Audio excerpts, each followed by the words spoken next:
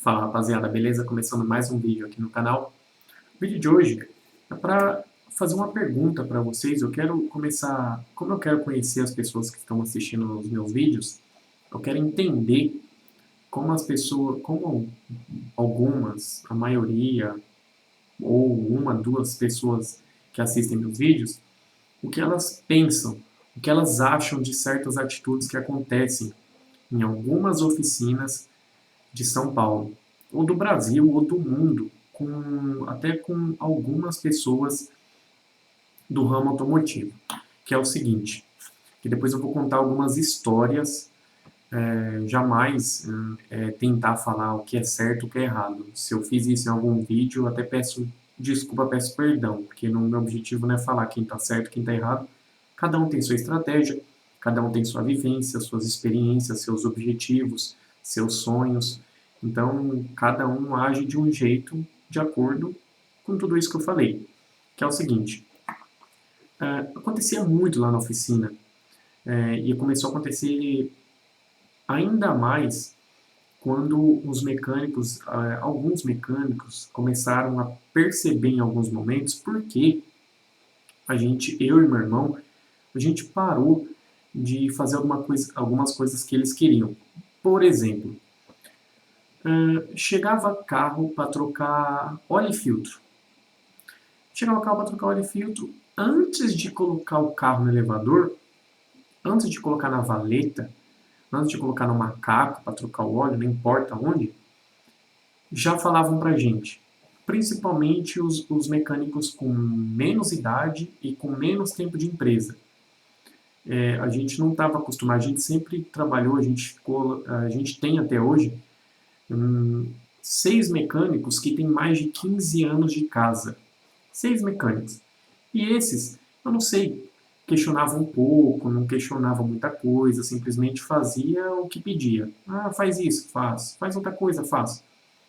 E aí eu já até contei isso, que foi na época, 2 anos depois que acabou o controlar, foi a primeira vez que nós contratamos um mecânico com menos de 25 anos de idade.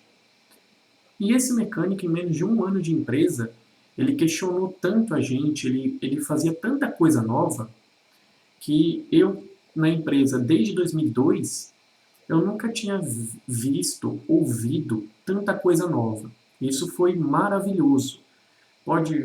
Foi estressante em alguns momentos, em certa quantidade, mas foi maravilhoso. Principalmente depois que a gente percebeu como criar estratégias e por que tinha aqueles tipos de questionamento. Não era, por que você quer saber? Aí ele falava assim, eu quero saber por causa disso. Em 98% das vezes não tinha nada a ver com a resposta dele, que a resposta dele não era realmente o verdadeiro objetivo. E nós, graças a Deus, nós fomos percebendo que não era aquilo. Vamos lá. Então chegava o carro, Renan, ele falava assim para mim, Renan, já separa o óleo e filtro. E tudo também mudou bastante. Eu vou complementando aqui, que eu vou lembrando. Quando meu irmão mudou de casa, meu irmão morava perto da oficina, ele foi morar a 8 quilômetros de distância da oficina. Ele foi morar num lugar melhor, com clientes com carros mais caros, com clientes mais exigentes, muito mais exigentes, mas não tem nem como comparar o nível de exigência de alguns clientes. Então, vamos lá. Estou contextualizando muito para poder para poder ajudar vocês na resposta. Quando tiver uma certa quantidade de comentário no vídeo, neste vídeo, eu vou fazer um vídeo explicando e contando as histórias. Então, nunca questionava a gente, nunca. Aí começou a questionar. Entrou esse mecânico já foi questionando. Nunca, era sempre assim. O mecânico ele tirava o óleo, tirava o filtro, esgotava, colocava lá no carrinho de óleo, colocava depois que esgotava tudo, estava tudo esgotado, estava pronto, não tinha mais como ele dar prosseguimento no serviço. E ele falava, Renan, pega o óleo e filtro. Aí eu ia lá, pegava o óleo e filtro, dava na mão dele. Beleza, ele lá trocava, beleza, liberou o carro e ia embora. Só que começou o seguinte, começou Renan, pega o óleo e filtro. Eu falei, tá bom. E aí, no começo, eu não percebi. O meu irmão que percebeu, muito mais velho, macaco velho, né, que diz aquele ditado, então muito mais velho, muito mais tempo de experiência, muito mais tempo sofreu com boicote, sabotagem, chantagem, estratégia, malandragem. E aí o meu irmão foi vendo eu fazendo isso e ele falou, Renan, por que você pega antes dele começar a fazer o serviço? Ele falou, é para agilizar. Ele falou, para. E eu vou te contar algumas coisas porque você tem que parar. E aí ele me contou, algumas coisas não, ele me contou uma coisa. Ele falou, agora você pensa em outras coisas que o mecânico ele está fazendo isso por estratégia. Quais? Pensa e depois vem falar comigo. E eu fiquei semanas pensando. E aí nós paramos de fazer. Nós paramos de pegar. E aí a primeira coisa que nós mudamos na empresa. Renan, o mecânico chegava para mim, Renan, pega óleo e filtro. Nem começou a fazer o serviço. Primeira coisa que eu perguntava, que eu falava, qual é a especificação do óleo que esse carro está usando? Essa pergunta começou a virar frequente. Toda troca de óleo, eu fazia essa pergunta.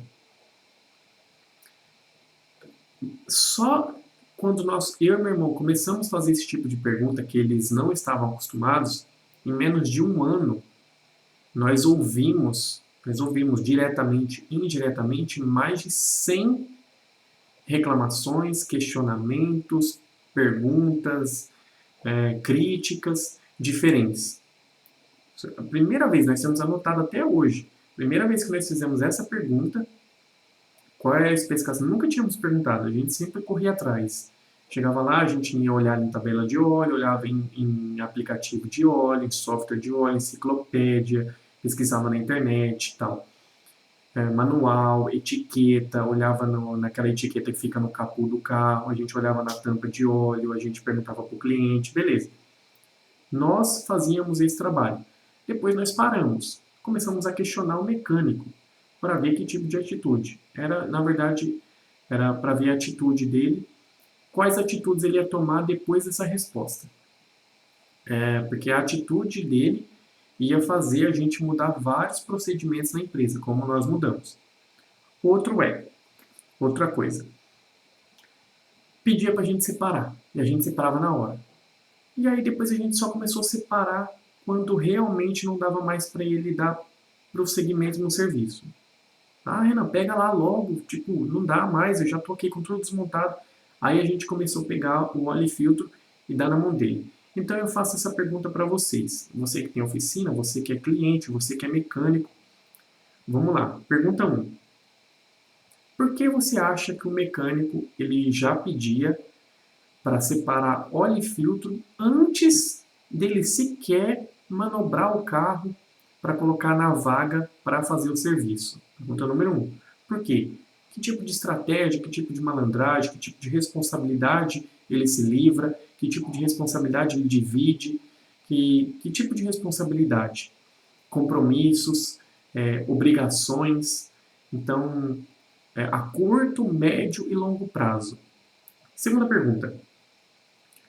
Por que você acha que nós, eu, meu irmão, que separávamos as peças, por que você acha que nós começamos a separar os produtos, não só óleo e filtro, como qualquer outro tipo de peça? A vela cabe bobina. A gente só entregava depois que estava desmontado, estava na mão, estava na nossa mão. Depois esse vídeo, eu vou fazer depois que eu der a resposta desse vídeo, eu vou fazer um vídeo falando sobre por que nós começamos a pedir para tudo amostra de peça. Tudo. Podia ser bobina. A gente ia lá, olhava a bobina, que nem de Volkswagen. Volkswagen tem aquela de 6 vias e uma de 4 vias. Voyage, Fox, Gol, Saveiro. Tem 2 tipos de bobina. A gente olhava a bobina, a gente sabia qual era o modelo, mas a gente só separava ou só fazia o pedido da peça quando estava na nossa mão. A gente já sabia o código original, já tinha visto o código original, já tinha visto a marca que estava no carro, tudo. Mas a gente só separava quando estava na nossa mão. Mas isso esse é assunto para um vídeo depois da minha resposta desse vídeo. Então, a segunda pergunta. Eu acho que eu já fiz, né? Por que separávamos só depois que não dava mais para o mecânico continuar o serviço? Ele falou, meu, já está desmontado, só preciso da peça. A peça na minha mão eu consigo trabalhar. Por que você acha? Eu não vou falar aqui quantos comentários eu quero nesse vídeo, quantas respostas, porque vai parecer um pouco chato, né? Mas eu vou aguardar algumas respostas. Eu vou até colocar no título desse vídeo como pergunta.